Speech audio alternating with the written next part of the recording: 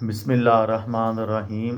لاکھوں درود پاک حضرت محمد صلی اللہ علیہ وآلہ وسلم اور آپ صلی اللہ علیہ وآلہ وسلم کی آل پر۔ السلام علیکم، میرا نام افتخار احمد ہے اور آپ میرا یوٹیوب چینل نالج نوری دیکھ رہے ہیں۔ فاتح بیت المقدس سلطان صلاح الدین ایوبی کے متعلق ایک سیریز شروع کی ہوئی ہے۔ اس سلسلے میں آج کی ویڈیو کا عنوان ہے مصر کے وزیر۔ شیر کو یروشلم کے سوار اور امارک اول کے ساتھ مصر پر اقتدار کی لڑائی میں تھا، جس میں شوار نے امارک سے مدد کی درخواست کی۔ 1169 میں صلاح الدین نے شوار کو قتل کر دیا اور اسی سال کے آخر میں شیر کوہ کا انتقال ہو گیا۔ ان کی موت کے بعد العدید کے وزیر کے کردار کے لیے متعدد امیدواروں پر غور کیا گیا، جن میں سے زیادہ تر نسلی کرد تھے۔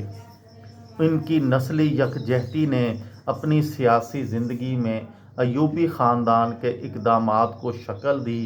صلاح الدین اور اس کے قریبی ساتھی ترکی کے اثر و رسوخ سے محتاط تھے۔ ایک موقع پر صلاح الدین کے کرد لیفٹیننٹ عیسیٰ الحقاری نے وزیر کے عہدے کے امیدوار امیر قطب الدین الحدبانی پر زور دیا کہ وہ یہ دلیل دے کر مستعفی ہو جائیں کہ آپ اور صلاح الدین دونوں کرد ہیں اور آپ اقتدار کو ترکوں کے ہاتھوں میں منتقل نہیں ہونے دیں گے۔ نور الدین نے شیر کوہ کے جانشین کا انتخاب کیا، لیکن العدید نے صلاح الدین کو شوار کی جگہ وزیر مقرر کیا۔ ابن اسیر کا دعویٰ ہے کہ خلیفہ نے ان کا انتخاب اس وقت کیا جب ان کے مشیروں نے انہیں بتایا کہ صلاح الدین کوئی کمزور یا چھوٹا نہیں ہے، اور امیروں میں کسی نے بھی اس کی اطاعت نہیں کی اور نہ اس کی خدمت کی۔ تاہم کچھ سودے بازی کے بعد آخر کار امیروں کی اکثریت نے اسے قبول کر لیا۔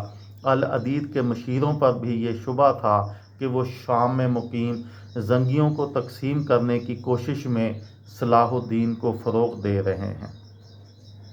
صلاح الدین نے 26 مارچ کو وزیر کے طور پر حلف اٹھایا، شراب پینے سے توبہ کی اور مذہب کا لباس اختیار کرنے کے لیے دھوکہ دہی سے منہ موڑ لیا۔ انہیں اب بھی العدید اور نور الدین کے مابین حتمی وفاداری کے مسئلے کا سامنا کرنا پڑا۔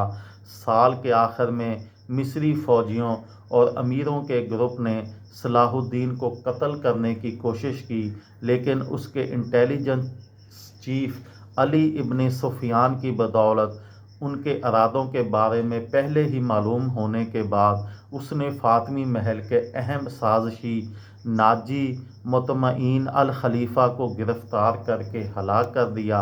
اس کے اگلے دن صلاح الدین کی حکمرانی کی مخالفت کرنے والے فاطمی فوج کی ریجیمنٹوں کے 40-50 سیاہ فام افریقی فوجیوں نے مصری امیروں اور عام لوگوں کے ساتھ مل کر بغاوت کی۔ اگست تک صلاح الدین نے فیصلہ کن طور پر بغاوت کو کچل دیا، پھر کبھی قاہرہ سے فوجی چیلنج کا سامنا نہیں کرنا پڑا۔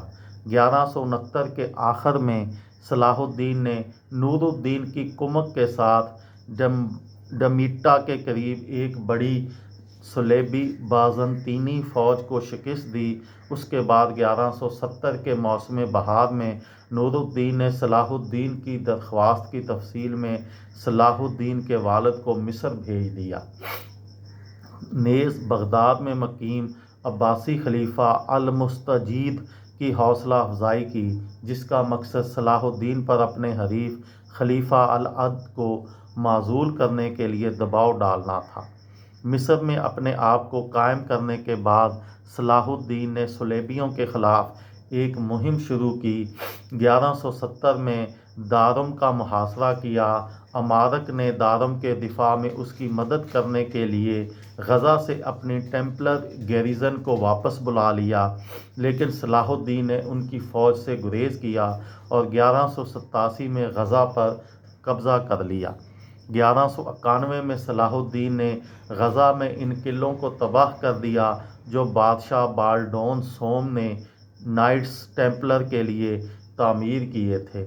اسی سال کے دوران اس نے ایلات کے صلیبی قلعے پر حملہ کیا اور اس پر قبضہ کر لیا، جو خلیج عقبہ کے سر سے دور ایک جزیرے پر تعمیر کیا گیا تھا۔